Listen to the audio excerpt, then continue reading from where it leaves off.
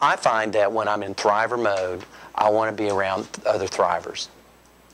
That iron sharpens iron. Positive people create positive environments. I have one of the reasons this book came out is I found somebody else that their desire was to write a book too. And so we actually got together every 2 weeks. We set goals and objectives like going up that mountain. We broke down the milestones and we said, okay, in the next 2 weeks, I'm going to take care of this. And then when I'd meet with him, I'd have to give an account of what I did with my time relative to that project. He had to do that too. Did you know that it was just a couple of years later that we both published our first book? And that just doing that was celebration enough. You didn't even have to read the book. Just the fact that I got it done, it was celebration. And his name was Kim, and he published a really, really nice book called Letters from the Heart. Letters that he wrote to his daughters growing up. And he shows people how to write letters that people will never throw away. You probably want that book right now, don't you? But he became a propeller in my life, and those are the type of friends that you need to have if you're going to stay in thriver mode. If you have a boat, if you have a propeller, what does a propeller do to the boat? It moves it forward, doesn't it? Use it to power. That's right.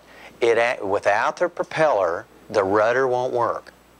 And you need people in your life that love you, want to help you, but they're not overly impressed with you, and they're not codependent on you, and they're not there to get something from you. They're there to what? Move you forward. They're interested in your plan. They're interested in your life. They're interested in helping you get from here to here.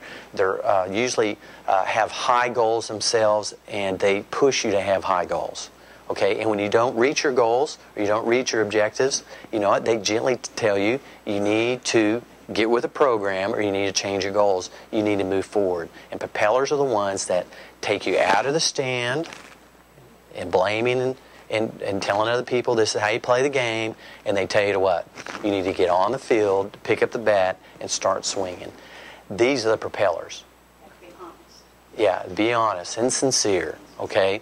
Those are propellers, and I hope you have a few of those in your life. I have a handful, okay? These are the people that when you get together with them, you trust them. I mean, you really trust them. You can be vulnerable with them. So if they're the propellers, then who are the anchor people?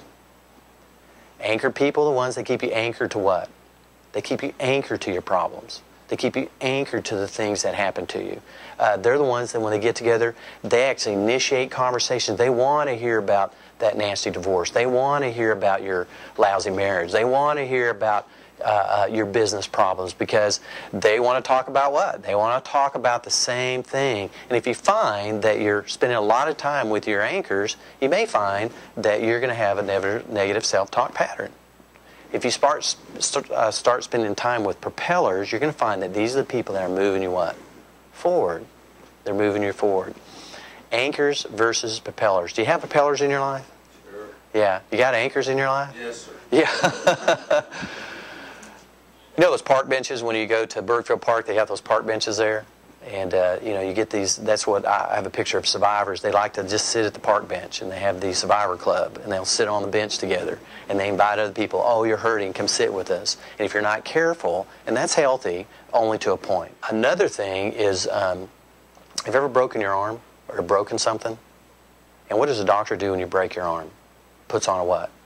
A cast. And that cast is there to heal you for a little time, and then the cast has to come off. And does it hurt? It doesn't hurt when it comes out, but it hurts to get that back into shape. And that's what thrivers do. They understand these are the casts in my life, but you got to help me cut it off, and then I need to work harder at it.